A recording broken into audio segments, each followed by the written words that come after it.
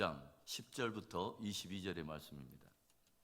너는 숫송아지를 회막 앞으로 끌어오고 아론과 그의 아들들은 그 송아지 머리에 안수할지며 너는 회막문 여호와 앞에서 그 송아지를 잡고 그 피를 내 손가락으로 제단 뿔들에 바르고 그 피 전부를 제단 밑에 쏟을지며 내장에 덮인 모든 기름과 간 위에 있는 꺼풀과 두 콩팥과 그 위에 기름을 가져다가 제단 위에 불사르고 그 숫소의 고기와 가죽과 똥을 진 밖에서 불사르라. 이는 속죄제니라. 너는 또 순양 한 마리를 끌어오고 아론과 그의 아들들은 그 순양의 머리 위에 안수할지며 너는 그 순양을 잡고 그 피를 가져다가 제단 위에 주위에 뿌리고 그 순양의 각을 뜨고 그 장부와 다리는 씻어 각을 뜬 고기와 그 머리와 함께 두고 그 순양 전부를 제단 위에 불사르라. 이는 여호와께 드리는 번제요 이는 향기로운 냄새니 여호와께 드리는 화제니라. 너는 다른 순양을 택하고 아론과 그의 아들들은 그 순양의 머리 위에 안수할지며 너는 그 순양을 잡고 그것의 피를 가져다가 아론의 오른쪽 귓뿌리와 그의 아들들의 오른쪽 귓뿌리에 바르고 그 오른손 엄지와 오른발 엄지에 바르고 그 피를 제단 주위에 뿌리고 제단 위에 피와 관유를 가져다가 아론과 그의 옷과 그의 아들들과 그의 아들들의 옷에 뿌리라. 그와 그의 옷과 그의 아들들과 그의 아들들의 옷이 거룩하리라. 또 너는 그 순양의 기름과 기름진 꼬리와 그것의 내장에 덮인 기름과 간 위의 꺼풀과 두 콩팥과 그것들을 위에 기름과 오른쪽 넓적다리를 가지라. 이는 위임식의 순양이니라. 하나님께서는 출애굽한 이스라엘 백성들에게 성막을 짓게 하시고 성막을 중심으로 하나님을 섬기고 하나님을 예배하도록 명령을 하시죠. 이 성막은 사람의 지혜에서 나온 것이 아닙니다. 어떤 뛰어난 건축가의 머리에서 나온 것도 아닙니다. 하나님께서 그 친히 그 제도와 식양을 섬세하게 가르쳐 주심으로 지어진 것이죠. 그런데 성경은 이 땅에 지어진 성막은 하늘에 있는 것들의 모형과 그림자라 하는 놀라운 기이한 말씀을 들려주고 있어요.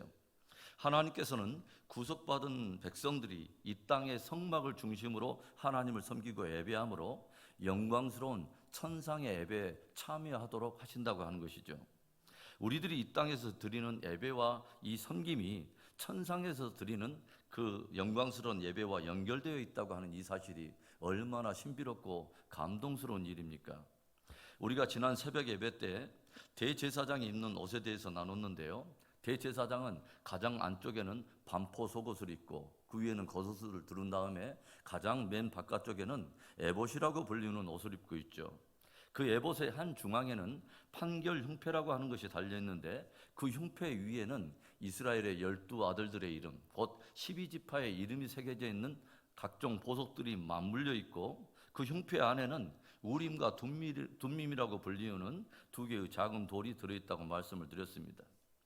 대제사장이 이스라엘의 12지파를 가슴에 품고 하나님께 나아가듯이 우리의 영원한 대제사장이 되신 예수님께서는 오늘도 구속받은 당신의 백성들을 가슴에 품고 하나님의 보좌에 나아가서 우리를 위해서 중보하고 계시는 것입니다.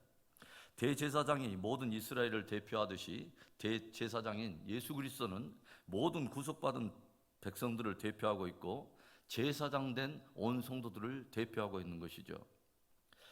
오늘의 말씀은 구약의 대제사장이 하나님 앞에 위임식을 갖는 내용의 말씀인데요. 이 말씀은 제사장된 우리들이 어떻게 하나님 앞에 헌신해야 하는가 하는 아주 중요한 어떤 교훈을 그 안에 담고 있습니다. 우리들은 어떻게 주님의 제사장으로서 우리 스스로를 구별하여 하나님 앞에 드릴 수 있을까요? 첫째로는 무엇보다 속죄의 은혜 위에 우리들이 서 있다고 하는 사실을 깊이 기억해야 합니다. 오늘 말씀을 보시면 하나님께서는 대제사장의 위임식을 위해서 모세가 숫송아지를 회막 앞으로 끌어오면 아론과 그의 아들들은 그 숫송아지의 머리에 안수를 하고 그 숫송아지를 또 회막문 앞에서 잡아다가 그 피로 제단뿔에 바르고 그 피를 제단 밑에 부어서 하나님 앞에 속죄제를 드리라라고 명령을 하고 있습니다. 아론과 그의 후손들이 제사장 직분을 행하도록 선택과 부르심을 입기는 했지만 그들이 특별히 다른 이들보다 영적으로 뛰어나거나 그들의 거룩한 사람들이 아니었습니다. 그래서 하나님께서는 제사장의 위임식에서 무엇보다도 가장 먼저 그들의 죄를 속죄하는 바로 속죄제의 제사를 드리도록 명령을 하신 것입니다. 아론과 그의 아들들이 제물이 안수하는 그 이유가 무엇입니까? 자신들의 죄를 짐승에게 전가해서 자신들의 죄값을 그 짐승의 피로 대신 치르게 한 거죠. 그러니까 아론과 그 아들들의 제사장의 바로 그 직임은 속죄 제물의 피 위에서 바로 근거된다고 하는 것이죠. 하나님께서 우리들을 그의 거룩한 나라요, 그의 거룩한 소유요, 또 우리를 왕 같은 제사장으로 부르신 그 근원에는 속죄 제물이 되신 예수 그리스도의 십자가가 있는 것입니다. 그래서 우리들이 매 순간 결코 잊어서는 안 될 것이 뭐냐면 오늘 우리들이 속죄 은혜 위에 서 있다고 하는 그 사실입니다. 이 은혜를 잊어버릴 때는 어떤 일이 일어나게 될까요? 자기 의에 기초한 교만이 일어나기 시작하고 자기 공로의식이 일어나서 자기의 영광을 구하면서 하나님의 영광을 가리는 그런 일을 하게 된다고 하는 것이죠. 오늘도 우리가 결코 잊어서는 안 될 것은 저와 여러분이 주를 섬기고 예배하는 제사장으로 부름을 받았다고 하는 사실과 그 제사장의 영광스러운 부름이 십자가와 보혈의 은혜 위에 기초하고 있다고 하는 바로 그 사실입니다. 오늘도 그 속죄의 은혜의 빛 속에서 겸손히 행하는 하루, 감사하는 하루, 그런 축복된 하루가 되기를 주의 이름으로 축원합니다. 우리들은 어떻게 주님의 제사장으로서 우리 스스로를 구별해야 할까요? 둘째로는 스스로 제물이 되어서 온전히 주께 헌신하는 것입니다. 속죄제로서 수송아지를 드린 후에 이제 제사장의 위임식을 위해서 따로 2마리의 양을 하나님 앞에 드리게 되는데요. 아론과 그의 아들들은 먼저 첫 번째로 끌고 온 그 양의 머리 위에 역시 손을 얹고 안수를 합니다. 그리고 어떻게 합니까? 16절부터 18절의 말씀, 너는 그 순양을 잡고 그 피를 가져다가 제단 위에 주위에 뿌리고 그 순양의 각을 뜨고 그 장부와 다리는 씻어 각을 뜬 고기와 그 머리와 함께 두고 그 순양 전부를 제단 위에 불사르라. 이는 여호와께 드리는 번제요 이는 향기로운 냄새니 여호와께 드리는 화제니라. 유임식을 위해서 예비된 첫 번째 양에 아론과 그의 아들들이 안수를 하게 되면 그 양은 결국은 죽임을 당하게 되고 피가 제단 위에 뿌려진 다음에 그 육체는 각 부위별로 각이 떼어져서 순양 전체가 제단 위에 불에 살라서 하나님 앞에 드려진다고 하는 거죠. 그래서 하나도 남김없이 하나님 앞에 불살라 드린다 해서 화제라 말하고 남김없이 전체를 드린다 해서 번제라고 말하는 것입니다. 아론과 그의 아들들이 그 위임식에 양의 머리에 안수를 한 것은 그 양이 전체가 번제로 드려지고 전체가 화제로 드려진 것처럼 스스로 제물이 되어서 온전히 주 앞에 헌신할 것에 대한 고백을 그 제물 위에 그대로 안사여 담고 있다고 하는 것이죠. 우리의 영원한 대제사장이요 하나님의 어린 양이 되신 예수님이 십자가를 통해서 스스로 제물이 되시고 또 하나님께 완전히 자신을 들여서 헌신한 것처럼 우리도 우리에게 주어진 십자가를 달게 쥐고 주님께 헌신해야 하는 것입니다. 한때 카일 아이들만이라고 하는 사람이 지은 무리인가 제자인가라고 하는 책이 많은 그리스도인들에게 적지 않은 충격을 가져다 준 일이 있습니다. 카일 아이들만은 많은 사람들이 예수님을 따르고 있지만 그 가운데 예수님께서 베푸시는 그 은혜 그리고 그분의 손으로 일어나는 기적으로 인해서만 그것을 이유로 주님을 따르고 있는 사람들을 무리들이라고 부르고 있습니다. 그러나 예수님의 진짜 주되심과 그분의 말씀이 진리이기 때문에 기꺼이 대가를 지불하면서 그분을 따르는 사람들을 제자라고 부르고 있어요.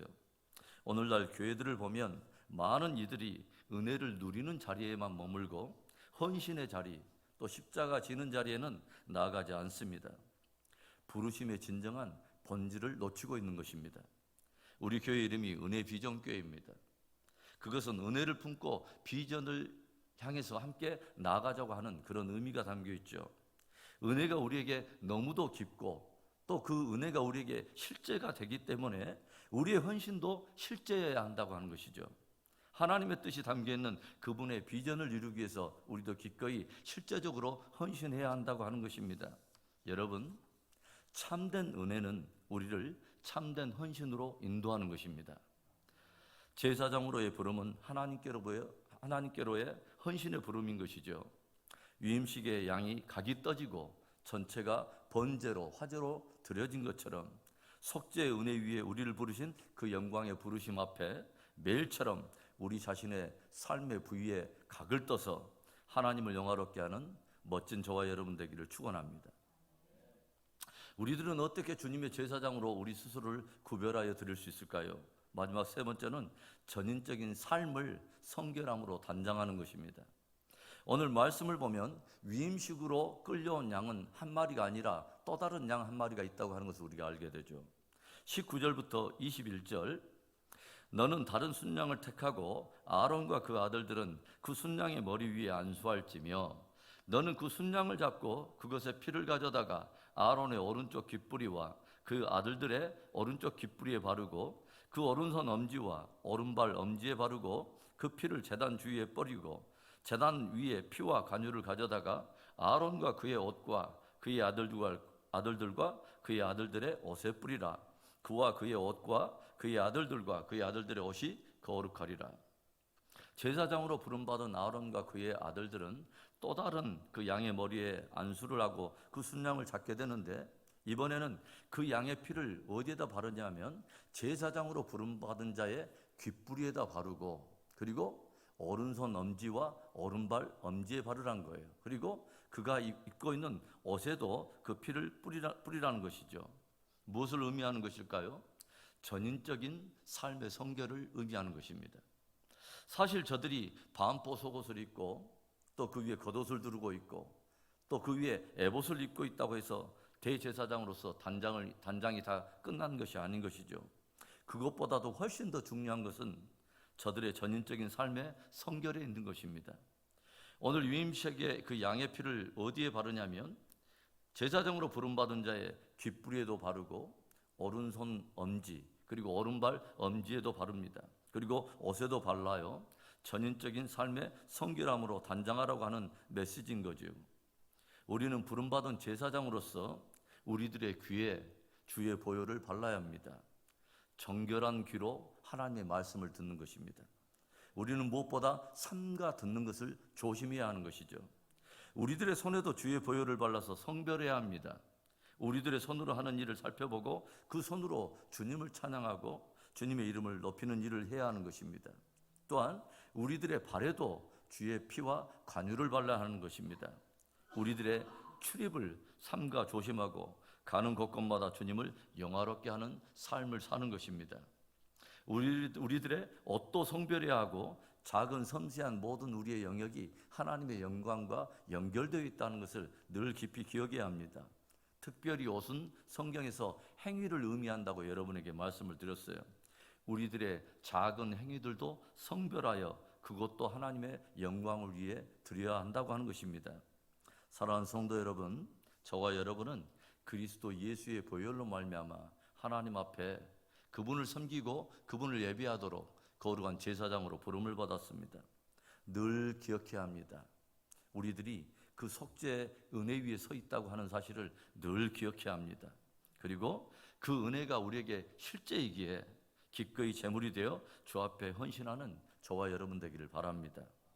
우리들의 귀와 손과 발과 우리들의 의복을 정결하게 하고 전인적인 삶의 성결로 단장하여서 오직 주님만을 영화롭게 하는 진정한 제사장으로 승리하는 복된 저와 여러분의 삶이 되기를 축원합니다.